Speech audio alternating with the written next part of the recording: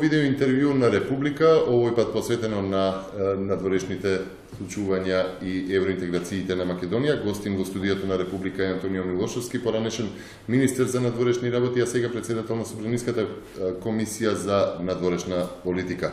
Откако се остварија најавите дека во јуни нема да има датум за Македонија и незиниот и почетокот на евроинтегративниот процес, за изненадување беше тоа што во Луксембург на самитот на министрите воопшто Македонија не беше ни точка за дискутирање на таа средба. Дел од реакциите кои што се појавија во Македонија, особено од кабинетот на вице-премиерот за евроинтеграција Бесими, дека дел од македонските институции затаиле во работата и дека тука ја гледа вината, му беше одговорено од страна на Милошовски дека во тој случај тој треба да си даде оставка, предизвика бура реакции и едната и другата изјава. Но прашањето за Милошовски денеска овдека е кој всушност затаи, Македонија или европските институции? Најпрво благодарам за поканата. По однос на тоа кој колку исполнил во однос на европските интеграции, најрелевантен соговорник, најрелевантен извор и оценка е Европската комисија. Доколку Македонија затаила или било која институција затаила по однос на остварувањето на очекуваните реформи, тогаш Европската комисија нема да даде позитивен извештај и препорака за преговори за членство. Напротив, Европската комисија од 2009 година до денеска дава позитивни извештаи и препорачува дека Македонија ги исполнува политичките критериуми и има институционален капацитет, тоа значи на сите институции, да ги почне преговорите за членство. И затоа сметав дека изјавата на вице-премиерот Бесими е во најмала рака некоректна, или доколку има било какви сознанија за потврлање од страна на некоја институција, министерот Бесими е надлежен тоа да го детектира, да го соопшти, да го обзнани, да се разговара за тоа, да се направи проценка кој колку направил и не направил, бидејќи неговата надлежност е да го координира процесот на реформи поврзани со европските интеграции на Македонија меѓу институциите во нашата држава. Меѓу другото, парламентарното собрание на Советот на Европа го разгледува извештајот на постмониторингот во земјава, во напатот кон интеграциите, каде што јасно и гласно се нагласува дека Грција е таа која што треба да попушти и дека треба да се земе предвид и пресудата од Меѓународниот суд на правдата и дека воопшто треба да се откочи целиот тој процес и дека е жалосно што Македонија не е веќе дел од евроатлантските институции. Колку ваквите извештаи и ваквите пораки од европските институции влијаат врз јавноста и воопшто врз политичарите кои треба да ја донесат одлуката? Мислам дека и во Грција дел од политичарите се свесни дека ваквиот нивен однос има одредена цена и за нивниот имидж. Иако може би таа свесност или желба за зачувување на нивниот образ не е толку изразена или толку висока како што беше свесноста кај Словенија кога го има спорот со Хрватска. Има поголема мотивација тој спор да се надмине. Од друга страна, Грција секогаш во рамките на Европската унија се повикува на солидарноста на европските институции, кои што треба да ја помогнат Грција за да не влезе во банкрот. Кога веќе се повикуваат на таа солидарност, почитување на договори, правила, пресуди и слично, би требало да бидат свесни дека треба да се почитуваат и договорите кои што ги подпишале со Република Македонија. Ние имаме еден клучен договор, тоа е времената спогодба од 1995 година. За жал Грција прекрши кога најмногу беше потребна незината примена за време на НАТО самитот во Букурешт.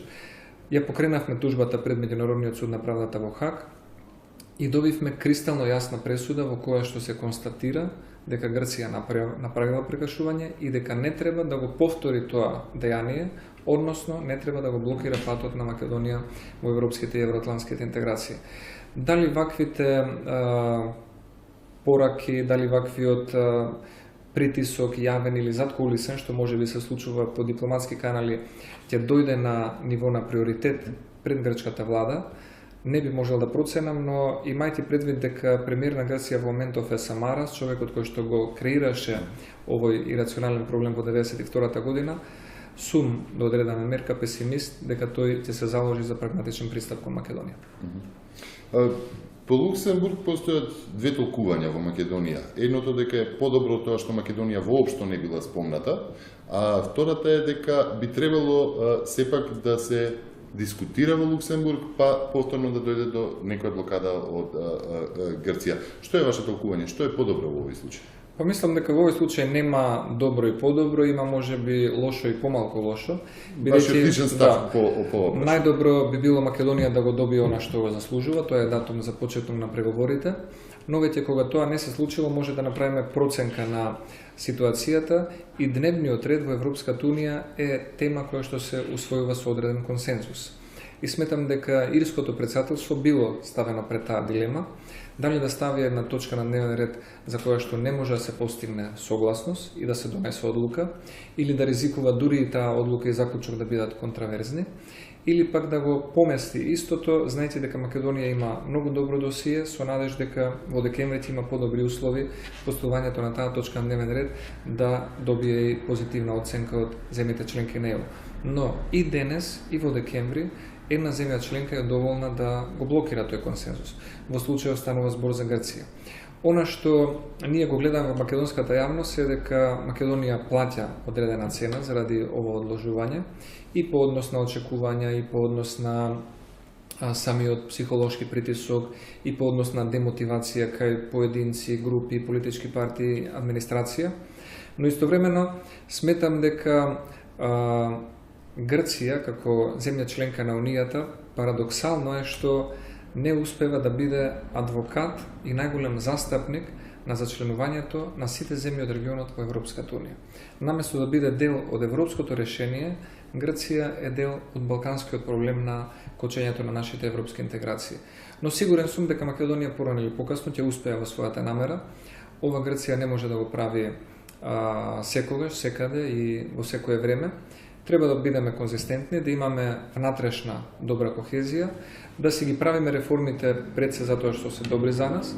Европеизацијата на секоја институција и систем сметам дека може да го подобри нашиот систем и да го очекуваме и да го создаваме добриот моментум за да ги отпочнеме преговорите. После секој ги спомнавте словеничко-хрватските решенија на проблемот кој што се појави, и во овие моменти се наситува дека кога се случи српско-косовското надминување на проблемот, повторно во Македонија се рефлектира со тоа што се очекува и се притискува да се надмине проблемот со тоа што се врши притисокот врз Македонија како послабиот партнер во таа една неравноправна борба.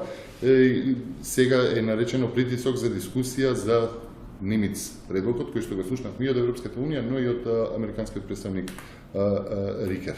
Меѓутоа, сето тоа како да предизвикува раст на евроскептицизмот кај дел од интелектуалците во Македонија, дали има смисла да се продолжи со толку ажурно инсистирање на кон Европската Унија од страна на Македонија?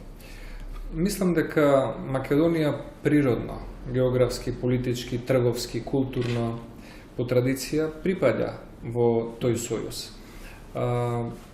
Земјите членки на Европската Унија сепак се земјите со кои што имаме најголеми сличности, најблиски односи, најинтензивна трговска размена и заеднички безбедносни потреби, предизвици или проблеми. И мислам дека Македонија треба да остане посветена на тој пат, но тоа не значи дека македонскиот политичар, македонскиот граѓанин или македонскиот интелектуалец не сме да ја критикува Европската Унија. Кога Европската Унија не е во право или направи погрешна проценка или има погрешен потек кон Македонија, кон одредена област во нашето живење, ние тоа треба јасно и гласно да го кажеме. Не треба да имаме автоцензура само затоа што одредена порака или препорака доаѓа од Брисел, бидејќи Брисел не е безгрешен. Напротив, ако сме во едни блиски односи, ако сме пријатели, тогаш и Европската Унија може да си дозволи да ни укаже каде правиме одредени пропусти или превземаме погрешни чекори, но и ние ако сме близок партнер на Европската Унија и сакаме да бидеме земја членка, имаме полно право да укажеме каде сметаме дека Европската Унија направила одредена грешка. Ние сметаме дека со давањето простор, билатералните спорови да прераснат во кочница, во еден невидлив но сепак значаен критериум за или пречка за евроинтегрирање, Европската Унија создава услови за ерозија, за намалување на кредибилитетот на европските вредности.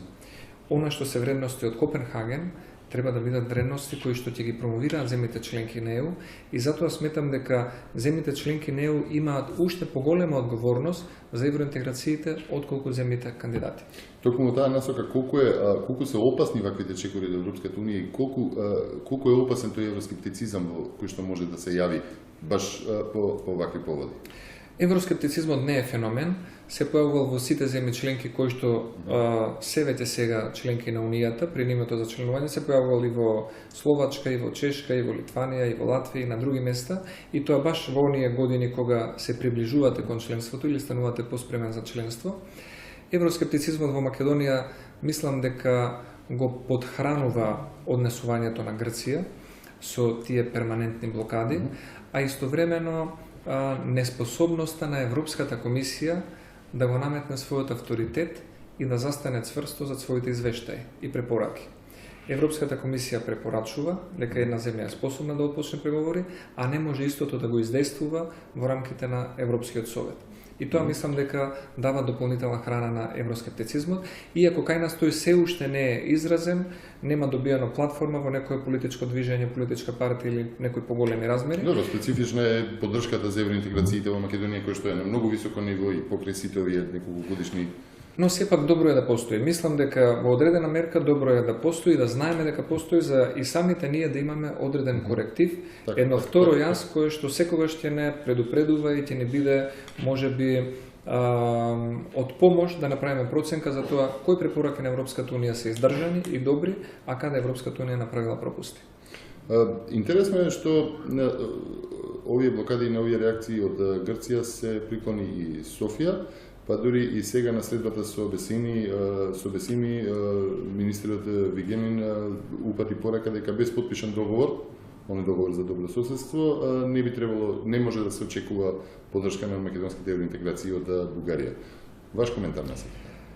Договори може лесно да се подпишат.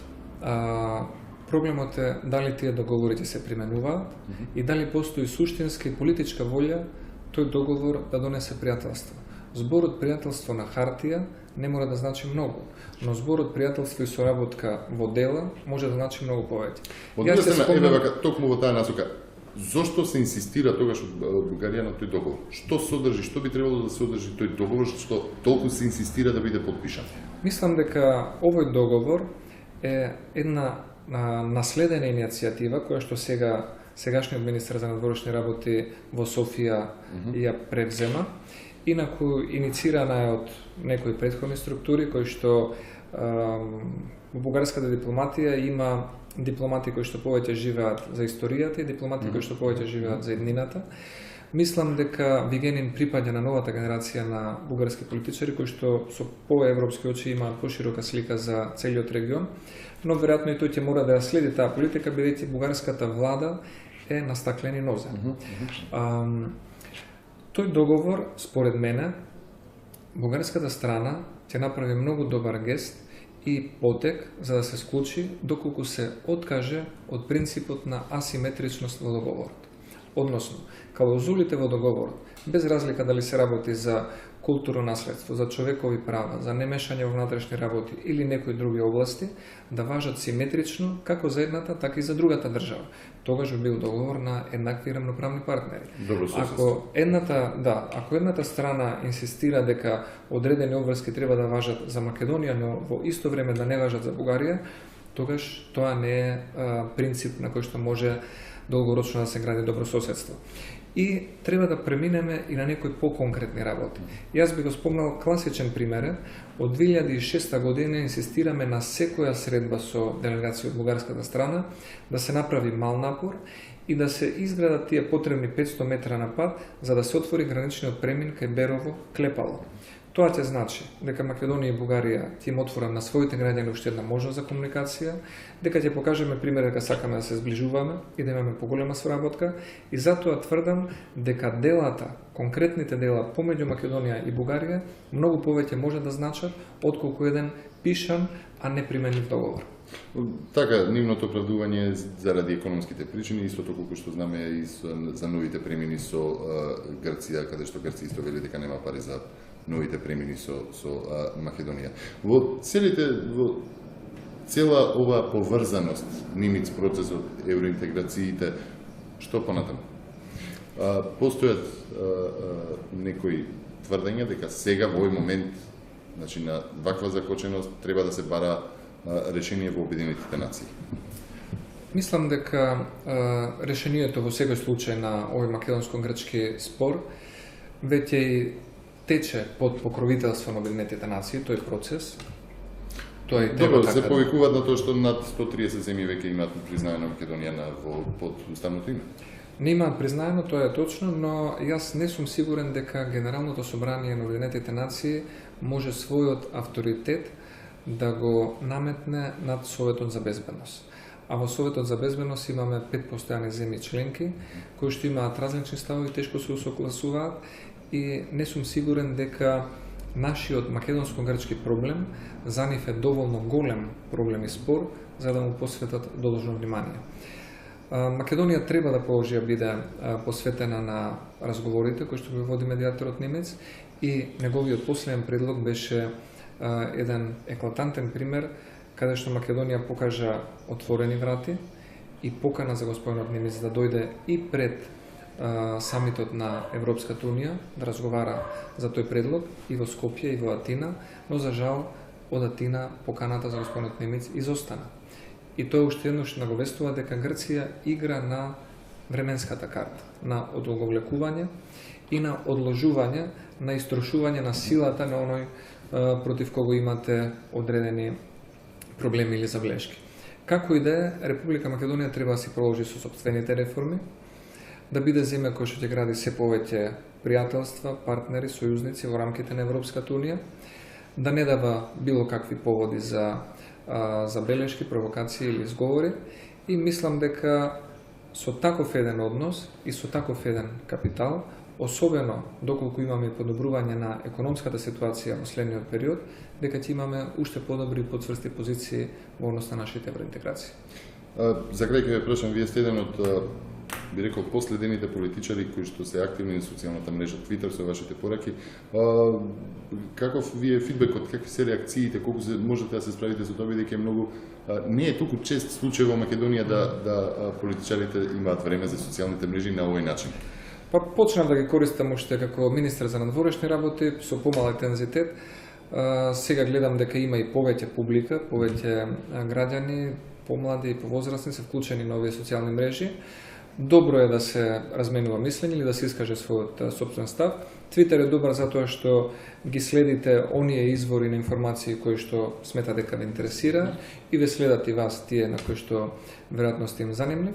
Има различни коментари, некои се одобрувачки, некои се критички настроени. Прашувам во однос на ние каде што најчесто ви се упатени надворешните односи или твитови кои што се поврзани со надворешните односи на Македонија и известни случувања, дали имате реакција, да речеме, ако пишете нешто за бугарската страна, па дали од таму имате некоја реакција?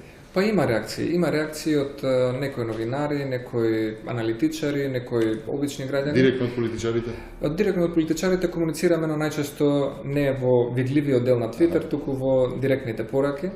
И некои од колегите со кои што имав соработка се министри за надворешни работи кои го користат, имаме шанса некогаш да размениме мислење.